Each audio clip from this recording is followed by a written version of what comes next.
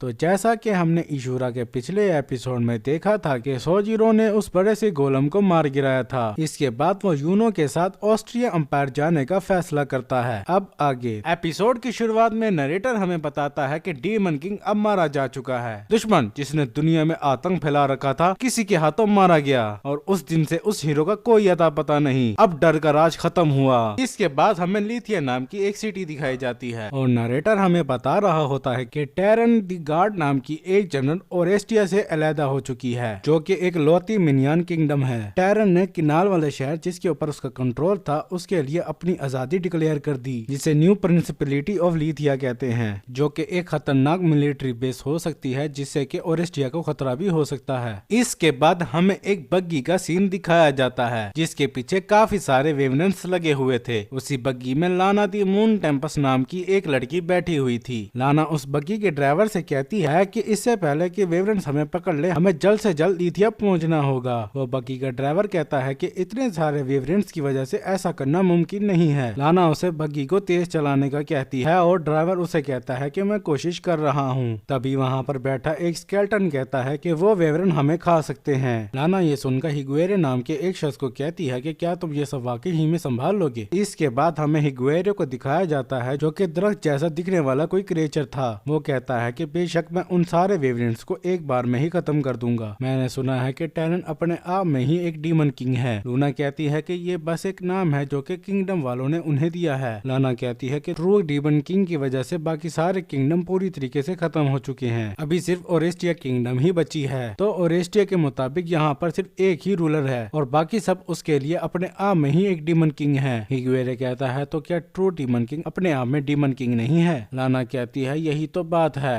کہ true demon king کو ہی demon king کہنا چاہیے۔ تبھی وہ اسکیلٹن ہگویرے سے کہتا ہے تو تمہارا نام ہگویرے ہے؟ ہگویرے ہاں میں جواب دیتا ہے۔ وہ اسکیلٹن کہتا ہے کہ ایک ویزیٹر کو بھی تم سے زیادہ جانکاری ہے، جبکہ تم تو ایک مسنری بھی ہو، تو آخر تمہیں اس چیز کے بارے میں پتا کیسے نہیں ہے؟ ہگویرے کہتا ہے کہ اس کے پیچھے میری اپنی کچھ ریزنز ہیں۔ میں نے ایک ایسی زندگی جی ہے جس میں اکیلا اپنی تلوار کے سہارے ہی رہا ہوں۔ لوگ مجھے ہگویرے دے پیلاجک کہتے ہیں، اور وہ اس سے اس کا نام بھی پوچھتا ہے۔ تو وہ اسکیلٹن اپنا نام بتاتا ہے، شارک دا کاؤنسلائزر۔ لانا کہتی ہے کہ تمہیں آپس میں جھگڑا نہیں کرنا چاہیے۔ اگر تم نے وہاں پر پہنچنے سے پہلے ایک دوسرے کو مار دیا تو ماسٹر ٹائرن کافی زیادہ غصہ ہو جائیں گی۔ تبھی ہگویرے کو کچھ سینس ہوتا ہے۔ وہ لانا سے کہتا ہے کہ صرف ویورنس ہی ہمارا پیچھا نہیں کر رہے ہیں، ہم دیکھتے ہیں کہ کچھ لٹیروں نے ان کے اوپر حملہ کر دیا تھا، جو کہ کیریج کے ڈرائیور کو کیریج روکنے کا کہتے ہیں، اور وہ ان کے اوپر بم بلاسٹ کرنے لگتے ہیں۔ ان میں سے ایک کیریج کے ڈرائیور پر اپنی بندوق تان دیتا ہے، وہ اسے مارنے ہی والا ہوتا ہے کہ تبھی اچانک ایک ویورنٹ کافی تیزی سے آ کر اسے ہوا میں اڑا لے جاتا ہے۔ وہ اسے آسمان میں لے جا کر کھا جاتا ہے، جسے دیکھ کر باقی سارے لٹیرے ڈر جاتے ہیں۔ وہ دیکھتے ہیں کہ ہوا میں اور بھی کافی سارے ویورنٹس موجود تھے۔ تبھی وہ دیکھتے ہیں کہ شہر کی طرف سے بھی کافی سارے ویورنٹ ان کی طرف آ رہے تھے۔ لانا یہ دیکھ کر کہتی ہے کہ اب ہمیں فکر کرنے کی کوئی ضرورت نہیں ہے۔ شال کہتا ہے کہ مجھے تو لگتا ہے کہ انہیں منیان نے ٹیم نہیں کیا ہوگا۔ لانا کہتی ہے کہ بالکل ایسا ہی ہے، انہیں منیان نہیں ٹیم کیا ہوا ہے۔ وہ لٹیرے ان ویورنٹس کے اوپر فائرنگ کرنے لگتے ہیں، مگر وہ ویورنٹس انہیں ایک ایک کر کے مارنے لگتے ہیں۔ ان میں سے ایک ویورنٹ کہتا ہے کہ سارے شوٹرز مارے جا چکے ہیں۔ ان ویورنٹس کا لیڈر انہیں کہتا ہے کہ تم اپنے جبڑوں سے انہیں پوری طریقے سے ختم کر دو، تاکہ سب کو پتا چلے کہ کیا ہوتا ہے جب لوگ لیتھیا کے خلاف جاتے ہیں۔ تبھی وہ دوسرے ویورنٹس بھی وہاں آنے لگتے ہیں۔ ان ویورنٹس کا لیڈر انہیں دوسرے ویورنٹ سے لڑنے کے لیے تیار ہونے کا کہتا ہے۔ تبھی دونوں سائڈ کے ویورنٹس ایک دوسرے سے لڑنے لگتے ہیں۔ تبھی آسمان سے ایک بہت بڑا فائر اٹیک ہوتا ہے جو کہ ان دوسرے ویورنٹس کو ایک بار میں ہی ختم کر دیتا ہے۔ ہم دیکھتے ہیں کہ یہ اٹیک ان کے لیڈر نے ہی کیا تھا۔ لانا بتاتی ہے کہ یہ ریگنیچی کی تھرمل آرٹ ہے۔ ہگویرے اس سے پوچھتا ہے کہ کیا ریگنیچی ایک ویورن ہے؟ لانا ہاں میں جواب دیتی ہے۔ وہ بتاتی ہے کہ ہر ویورن کے جھنڈ کا ایک لیڈر ہوتا ہے، اور ریگنیچی ان سب ویورنٹس کا لیڈر ہے۔ اس کے رہتے لیتھیا کو کوئی بھی نقصان نہیں پہنچا سکتا۔ ہسٹری میں پہلے ایسا کبھی نہیں ہوا کہ کسی نے ویورنٹس کا جنگی طور پر استعمال کیا ہو، ان کو ہرانا ناممکن ہے۔ شالکو سے کہتا ہے تو پھر ان ڈاکوؤں نے ہم پر حملہ کیوں کیا تھا؟ وہ ڈاکو کبھی بھی ہم پر حملہ نہ کرتے اگر وہ ناقابل شکست ہوتے تو۔ لانا کہتی ہے اسی وجہ سے تو ہمیں تم دونوں کی ضرورت ہے۔ شالکو سے پوچھتا ہے تو اس کا مطلب دشمن کوئی اور ہے؟ لانا کہتی ہے کہ تم نے بالکل صحیح سوچا، ان لٹیروں کے پیچھے دراصل کوئی اور شخص ہے، کوئی ایسا شخص جو کہ لیتھیا پر اٹیک کر کے اس سے فائدہ اٹھانا چاہتا ہے۔ ہگویرے کہتا ہے تو کیا یہ वही लोग हैं जिन्होंने टायरन को डीमन किंग कहा था। वो दोनों इसे समझ जाते हैं कि उनका दुश्मन और कोई नहीं बल्कि ओरेस्टिया है। इसके बाद नरेटर हमें बताता है कि ओरेस्टिया एक ऐसी सिटी है जिसके ऊपर लास्ट मिनियन क्वीन रूल करती थी, मगर इस शहर की पॉलिटिक्स को क्वीन के बजाय 29 ऑफिशियल संभालते हैं। इसके बाद हम उनमें से एक ऑफिशियल को देखते हैं जो कि खाना खाते हुए दूसरे ऑफिशियल से कहता है कि मैंने लिथिया के बारे में सुना। जाहिर सी बात है कि लुटेरों के जरिए उनके ऊपर अटैक करना काफी नहीं है। आखिर हम टायरन द गार्डेड से मुकाबला कर रहे हैं। वो दूसरा ऑफिशियल कहता है इस वजह से तो हमें आपस में इस बारे में बात करने की जरूरत है। ओरेस्टिया नए हीरो को चुनने के लिए इंपीरियल कंपटीशन करवा रही है। अगर लिथिया ने हर तरफ से हम पर हमला कर दिया तो हमारे पास बचने का और कोई रास्ता नहीं होगा और उन्हें ये बात अच्छे से मालूम है, इसलिए हमें आखिरी दर्जे तक वॉर को अवॉइड करना होगा। दोस्तों मुझे इनका नाम नहीं पता तो इस वजह से मैं इनको नंबर 1 और नंबर 2 कहूंगा, और माफ करना मेरा गला खराब है, इस वजह से आपको मेरी आवाज थोड़ी सी अलग सुनाई दे रही होगी। नंबर 1 कहता है तो क्या हम टायरन को असैसिनेट करवा दे। नंबर 2 कहता है क्या ऐसा करना मुमकिन है। नंबर 1 कहता है कि तुम 17th मिनिस्टर एल्सा स्क्वाड को कैसे संभालोगे। नंबर 2 कहता है कि मेरा वहाँ पर एक जासूस मौजूद है, हालांकि वेरिएंट्स को कैसे दबाना है वो इस चीज के ऊपर अभी इन्वेस्टिगेट कर रहा है और वो शायद 6 जनरल के एरिया पर होगा। नंबर 1 कहता है कि मैं तुम्हें उस बूढ़े आदमी हार्जेंट को इस सब मामलों से दूर रहने का कहूंगा। अब ये हार्जेंट शायद वही जासूस है जिसके बारे में नंबर 2 बात कर रहा है। नंबर 2 कहता है कि तुमने बिल्कुल सही कहा, वैसे भी वो एक ड्रैगन से निपटने के लिए ट्रिलीट वादी की तरफ जा रहा है। नंबर 1 सुनकर ये कहता है क्या एक ड्रैगन, क्या वो अपने आप को पूरी तरीके से खत्म करवाना चाहता है। इसके बाद वो कहता है तो क्या मैं अपनी मर्जी के मुताबिक काम कर सकता हूँ जब तक कि ओरेस्टिया को सब कुछ वापस नहीं मिल जाता। नंबर 2 कहता है तो तुम क्या करने का सोच रहे हो। नंबर 1 कहता है कि असैसिनेशन कभी भी जल्दी नहीं की जाती, कभी कभार लोग किसी बड़े एक्सीडेंट के अंदर मारे जाते हैं। नंबर 2 पूछता है कि एक्सीडेंट से तुम्हारा क्या मतलब है, जिस पर नंबर 1 मुस्कुराता है और कहता है कि क्या तुम वर्टिकल स्टैम्पेड को जारी रख सकते हो। सीन शिफ्ट होता है और हमें टिलीड वादी को दिखाया जाता है जहाँ पर ओरेस्टिया ने ड्रैगन हंटिंग स्क्वाड नाम का एक फौजी कैंप लगाया हुआ था। इसके बाद हमें पीक नाम की एक लड़की को उनके जनरल से बातें करते हुए दिखाया जाता है जो कि येलो कैपिटल के 6th जनरल हैं, हार्जेंट दी साइलेंट। ये वही हार्जेंट है जिसके बारे में ऑफिशियल नंबर 1 और ऑफिशियल नंबर 2 बात कर रहे थे। पीक हार्जेंट से कहती है कि आज आप काफी ज्यादा परेशान लग रहे हैं। हार्जेंट कहता है कि मार्च होने में 20 दिन लग गए और अब तक हम सिर्फ कुछ छोटे से कैंप ही लगा पाए हैं, तो क्या मुझे परेशान नहीं होना चाहिए। फिर वो पीक से पूछता है कि हमारी ट्रैकिंग यूनिट कैसा काम कर रही है। पीक बताती है कि मैंने उन्हें 3 ग्रुप में डिवाइड कर दिया है जो कि अलग अलग पोजीशन पर काम कर रहे हैं। मैंने 2 लोगों को हर वक्त वादी पर पेट्रोलिंग करने पर लगा दिया है, उनमें से एक रेडियो पर हर वक्त हमसे कनेक्टेड रहता है। हार्जेंट कहता है कि कल से तुम 3 लोगों को इस काम के लिए लगा देना और हर आधे दिन और आधी रात में उनकी शिफ्ट तब्दील कर देना। पीक कहती है ठीक है मैं ऐसा कर दूंगी, और वो साथ में हार्जेंट से ये भी पूछती है कि क्या वो ड्रैगन सचमुच जख्मी है। हार्जेंट कहता है कि हम यहाँ पर ना होते अगर हमें इस बात पर पूरा यकीन ना होता और उसे मारने का हमारे पास यही मौका है। फिर वो उस ड्रैगन के बारे में बताने लगता है कि वो टिलीड वादी में एक डरावने सपने की तरह है, वाइकन द सोल्डरिंग। अगर मैं उसे मार दूं तो मेरा नाम हिस्ट्री में लिखा जाएगा, ये किसी देश को फतह करने के जैसा है। इसके बाद वो कहता है कि जब उसे भूख लगेगी तो वो अपने आप ही बाहर आ जाएगा और हमें उस वक्त तक का इंतजार करना है। पीक कहती है कि ऐसा तब होगा जब उसके जख्मी होने वाली बात सच होगी। तभी उन्हें रेडियो पर से कोई बताता है कि हमारे 6 शूटर्स के ऊपर हमला हुआ है, जिसे सुनकर हार्जेंट काफी ज्यादा हैरान हो जाता है। पीक कहती है कि तुम उन्हें वापस आने का कहो। रेडियो पर से वो आदमी बताता है कि ड्रैगन जमीन पर रेंगते हुए आपकी तरफ आ रहा है, जिसे सुनकर हार्जेंट एक बार फिर से हैरान रह जाता है। पीक कहती है कि हमें वापस चले जाना चाहिए। तभी उसे कुछ सेंस होता है और वो अपनी वर्ड आर्ट का इस्तेमाल करके हार्जेंट को कैंप से बाहर फेंक देती है। तभी वो कैंप पूरी तरीके से तबाह हो जाता है। हम देखते हैं कि वो ड्रैगन वहाँ पर आ गया था, जिसे देखकर हार्जेंट काफी ज्यादा गुस्सा हो जाता है। वो ड्रैगन उससे पूछता है कि तुम्हारे अलावा यहाँ पर कितने लोग हैं। हार्जेंट कहता है कि क्यों,